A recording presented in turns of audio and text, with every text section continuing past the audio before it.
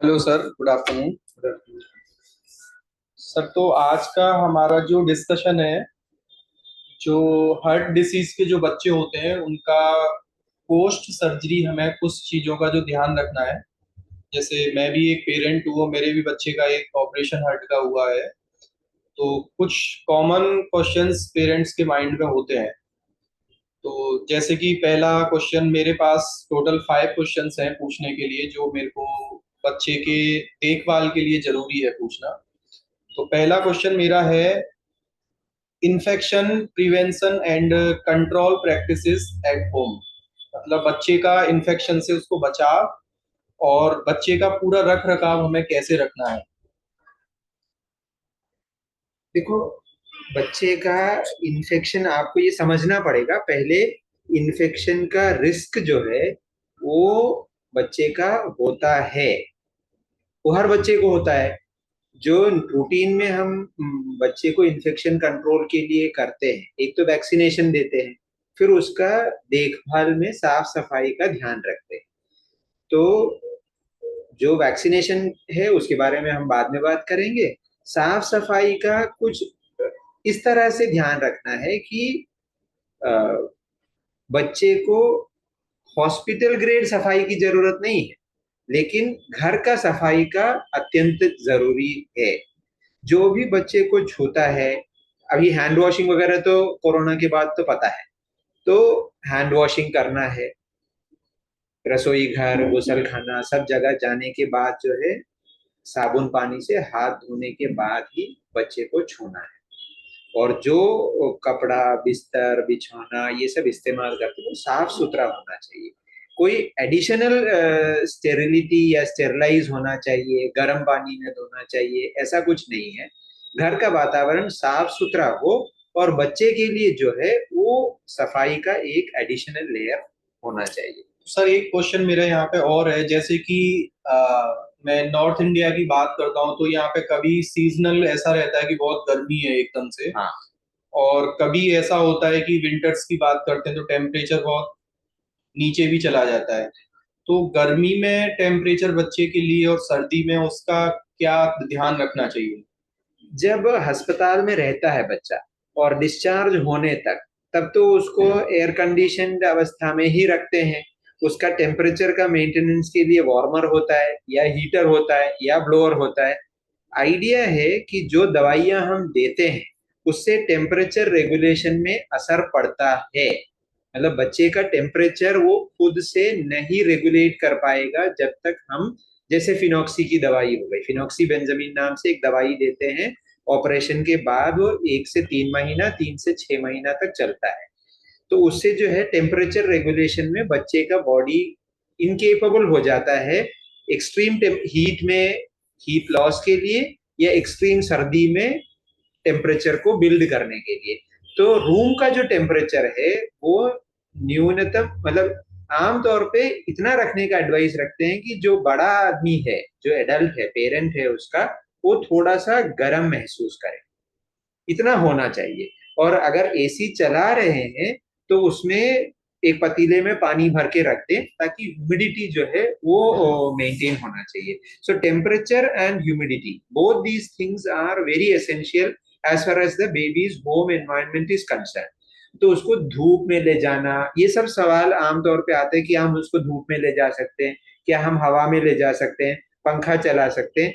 उन किसी भी चीज में परहेज नहीं है। धूप में भी ले जा सकते हैं, हवा में भी ले जा सकते हैं, पंखे के नीचे भी लिटा सकते हैं, एसी में भी लिटा सकते हैं। लेकिन उन सब चीजों में ये देखना है कि सीधा हवा में नहीं लिटाना है, सीधा धूप में नहीं लिटाना है, सीधा एसी के सामने नहीं लिटाना है, सीधा पंखा का नीचे नहीं लिटाना है। और पंखा या एसी चला रहे तो एक पतीले में पानी भर के रखना है। छोटे बच्चे के लिए ये जरूरी है। जैसे जैसे बच्चा बड़ा होता जाएगा वो अपना मेंटेन कर देगा। लेकिन अगर उसको फिनॉक्सी जैसी दवाइयां चल रही है या फ्यूरोपेड की दवाई चल रही है तो फिर वो उसी तरह से करना पड़ेगा जैसे एक छोटे बच्चे के लिए।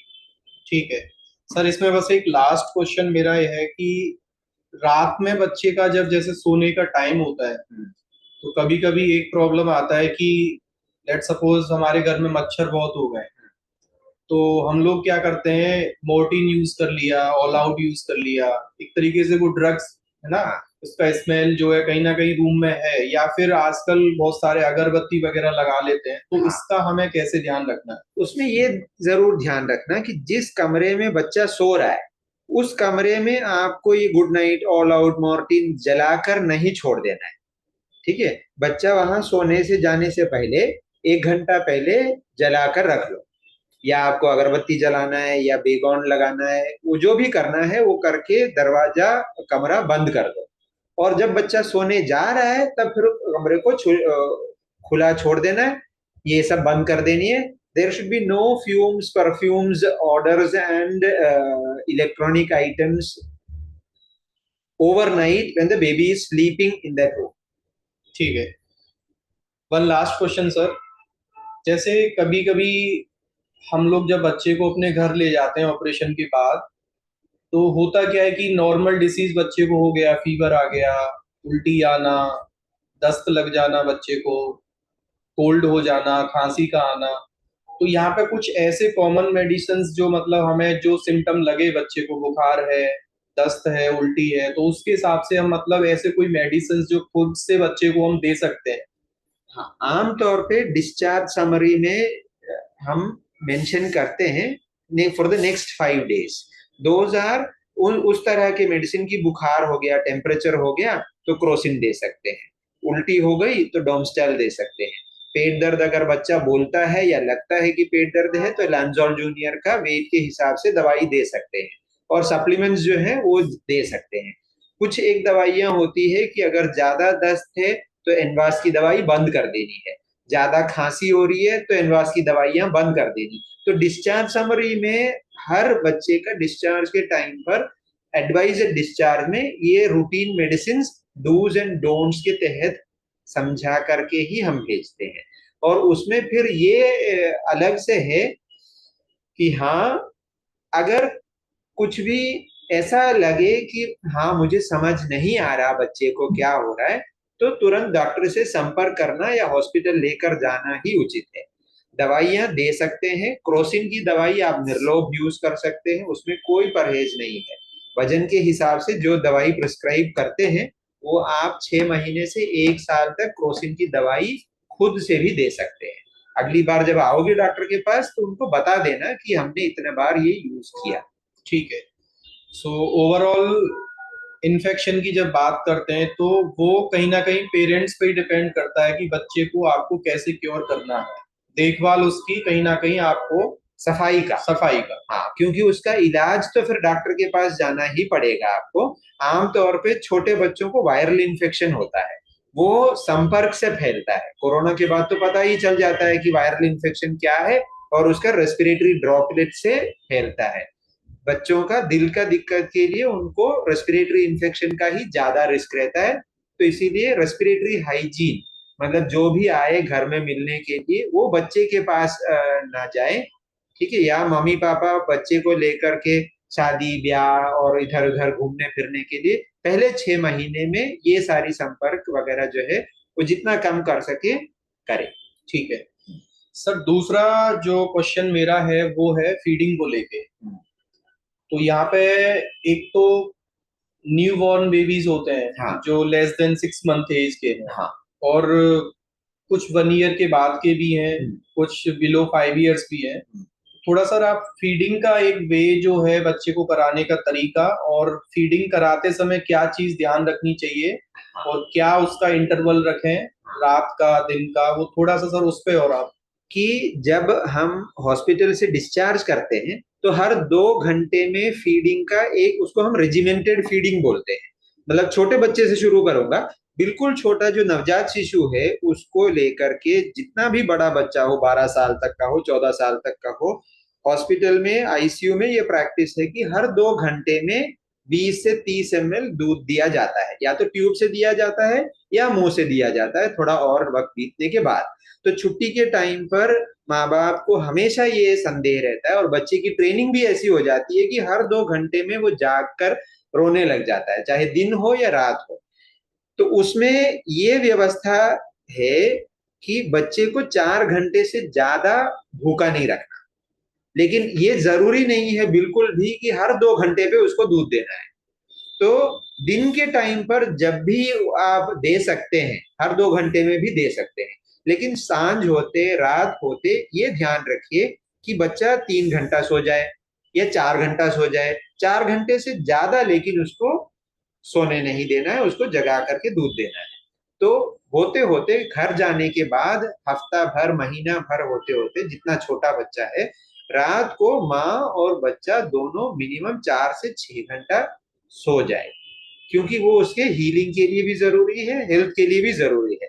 और दिन के टाइम पर 2 घंटे में भी दे सकते हैं, 3 घंटे में भी दे सकते हैं। उसको मेजर करके देने का एक दूसरा रीत चल रहा है कि हर 2 घंटे में 20 ml दे या 30 ml दे। ऐसा भी कोई जरूरी नहीं है। अगर बच्चा माँ का दूध पीता है, सीधा छाती से पीता है, तो दिन में एक टाइम माँ दूध का आउटपुट जो है वो मेजर करके रख सकती है। सपोज ऐसे कर सकते हैं कि माँ अगर एक टाइम में 20 ml दूध निकालती है छाती से, तो 5 बार उसने दिन में माँ के छाती से डायरेक्टली फीड ले लिया, तो इसका मतलब है पूरे दिन के टाइम पर 100 ml दूध बच्चे ने पिया है। हमको वो फ्लूइड का हिसाब रखना होता है। जब हम फ्यूरोपेड या डाययूरेटिक की दवाई इस्तेमाल करते हैं, ये देखना होता है कि ज्यादा अगर पानी लिक्विड चला गया तो वो दिल पर जोर करता है। तो इसीलिए पहले 1 महीने तक ये थोड़ा सा हिसाब रखना है। ठीक है सर, ये तो हो गया जो बच्चे, जहां तक मैं समझ पा रहा हूँ, जो लेस देन 6 मंथ, हाँ 6 महीने से छोटे हैं। हाँ अगर जैसे मैं 2 साल के बच्चे की बात करता हूँ, हाँ वो दूध भी पीता है और बीच बीच में सपोज करो आइसक्रीम का मन हुआ उसका, हाँ, खाना या भी फिर खाता और है। कोई फूड उसको खाना है, हाँ कुछ उसको लेट्स सपोज हाँ फ्रूट्स भी खाने हैं, तो हाँ, उसमें समझ क्या गया हमें मैं। ध्यान तो रखना उसमें ये है कि घर का होना चाहिए, साफ सफाया होना चाहिए। ऐसे नहीं कि बाजार से सीधा ले आकर के दे दिए। थोड़ा बड़ा बच्चा है तो हमको दूध पानी चाय कोला जो भी है तरल पदार्थ या फ्लूइड जो है, हमको सिर्फ फ्लूइड का एक हिसाब चाहिए होता है। सॉलिड सेमी सॉलिड डाइट में कोई रिस्ट्रिक्शन नहीं है, उसमें सिर्फ सफाई का ध्यान रखना है। ऐसे नहीं कि बाजार से सीधा भुट्टा ले आकर के खा लिए, ऐसे नहीं करना। संतरा हो गया जो भी है, वो सफाई का ध्यान रखिए। सॉलिड फूड में वो घर का पकाया हुआ हो, घर में जो चाहे आप बनाकर दे सकते हो, उसमें कोई परहेज नहीं है। सफाई का ध्यान रखिए। लिक्विड में चाहे बड़ा बच्चा हो या छोटा हो, सर्जरी के पहले 6 महीने में एक हिसाब रखना होता है। अगर मान लीजिए 10 किलो का बच्चा है, 10 किलो का बच्चा है, तो छुट्टी के टाइम पर हम औसतन जो है 800 से 1 लीटर तक पानी का व्यवस्था, फ्लूइड का व्यवस्था मानते हैं। पानी में तो मतलब चाय भी आ गया, उसमें ओआरएस अगर दिए तो वो भी आ गया, कोका कोला भी है। आ मीन्स गया। लिक्विड हम कुछ भी ले रहे हैं, हाँ that will be treat as a fluid. Fluid. तो उसका वॉल्यूम हमको हिसाब रखना है पहले ठीक 6 महीने में। तो वो ध्यान रखिए आप, जितना भी दें उसका हिसाब हम वॉल्यूम के तौर पर देखते हैं। सॉलिड फूड में कोई परहेज नहीं है, सफाई का ध्यान रखना है। सर, एक लास्ट क्वेश्चन फीडिंग से रिलेटेड ही है मेरा। कई मदर का ऐसा रहता है कि बच्चे को जब डायरेक्ट फीड कराते हैं या फिर बोतल से फीड कराते हैं, तो विच वन इज बेटर, कि बोतल से कराना चाहिए बच्चे नहीं, को बॉटल या? से तो कराना ही नहीं है। अच्छा। बॉटल से तो कराना ही नहीं है। दो चीजों में है कि माँ का छाती से कई बार ऐसे होता है कि दूध सफिशिएंट नहीं है। आमतौर पे ये होता है कि वो डिस्चार्ज के टाइम होते होते दूध कम हो जाता है। इसमें उनका कोई दोष नहीं है। या तो उनका डाइट में दिक्कतें आती रही हैं, या बच्चे का अस्पताल में रहने के कोर्स में दिक्कतें आई हैं। जो भी है, वो दूध, माँ का दूध जो है वो 2 साल तक बच्चे के लिए, दिमाग के विकास के लिए सबसे उत्तम है। तो उसमें कोई वॉल्यूम का रिस्ट्रिक्शन भी नहीं है, कोई और रिस्ट्रिक्शन भी नहीं है। उसमें पेट भरने का भी कोई व्यवस्था नहीं है। मतलब पहले 6 महीने तक बच्चे का बदन और दिमाग दोनों के लिए माँ का दूध उत्तम है। उसके बाद 6 महीने से लेकर 2 साल तक सिर्फ बच्चे का सोच विचार, दिमाग और उसका विकास, उसके लिए माँ का दूध उत्तम है। ठीक है। तो ऊपर का अगर दूध देना चाहे या ऊपर का कुछ भी पीने के लिए देना चाहे, आप वो दे सकते हैं वो। लेकिन preferred method is to give glass.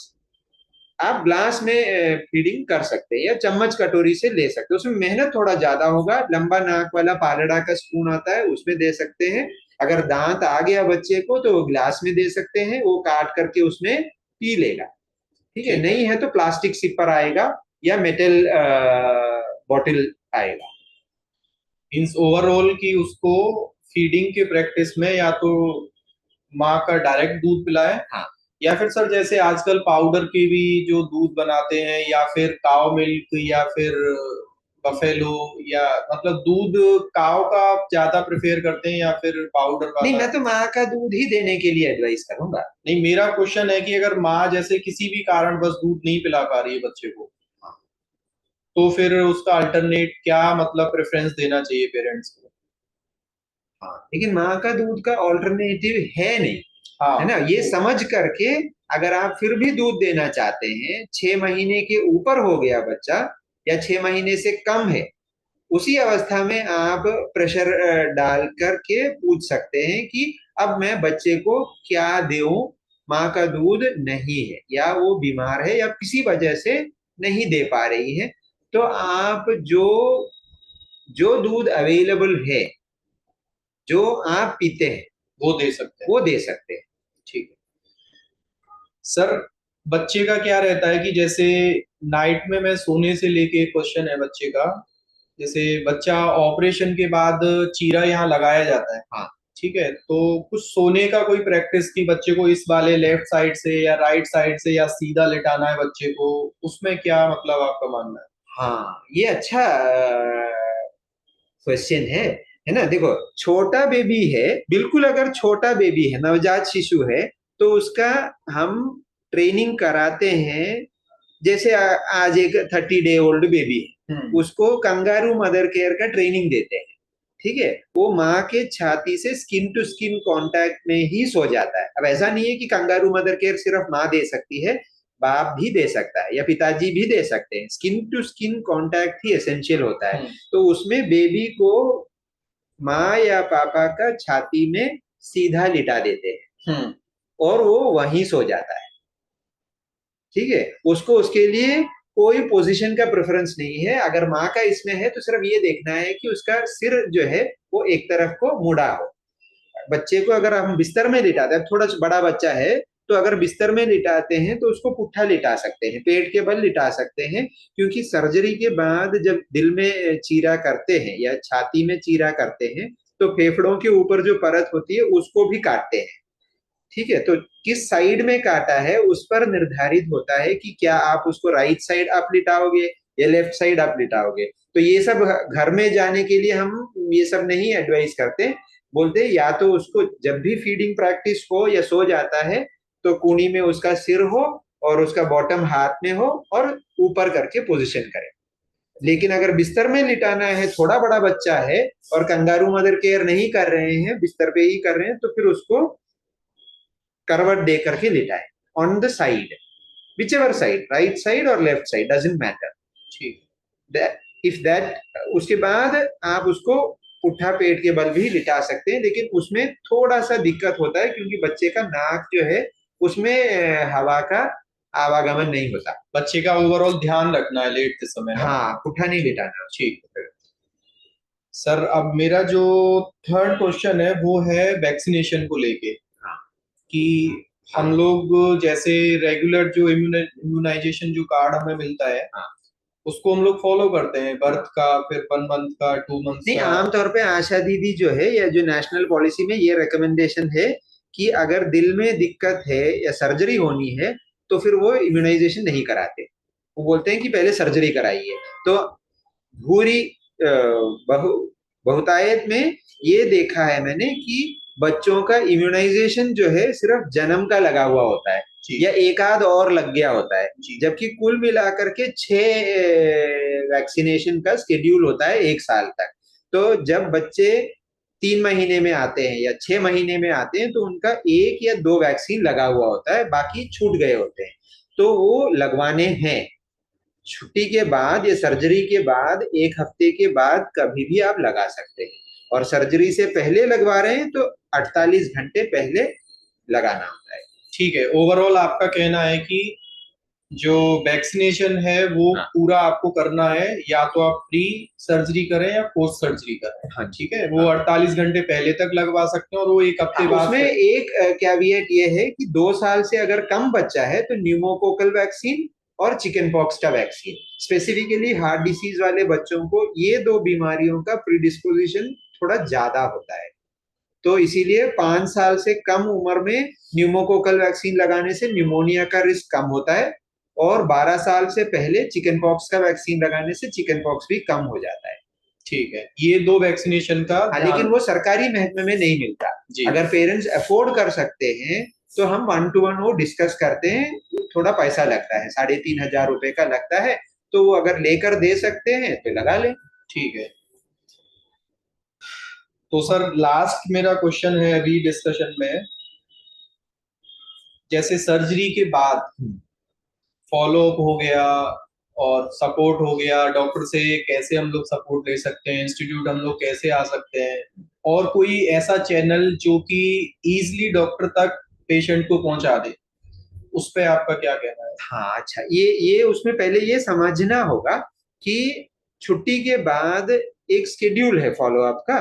वो सर्जन आपके बच्चे को देखना चाहेगा और बुलाता भी है छुट्टी के 1 हफ्ते के पश्चात, 1 महीने के बाद, 3 से 6 महीने के बीच में, फिर 1 साल पर, फिर 5 साल पर, फिर 12 साल पर।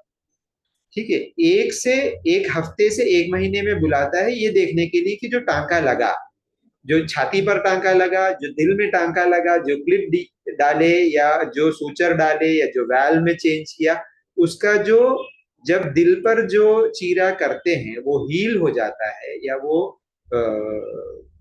ठीक होने लगता है, तो उसमें ऊपर नीचे हुआ कि नहीं, जो टांका लगा वो इधर उधर हुआ कि नहीं, उससे कोई बुरा असर हुआ कि नहीं।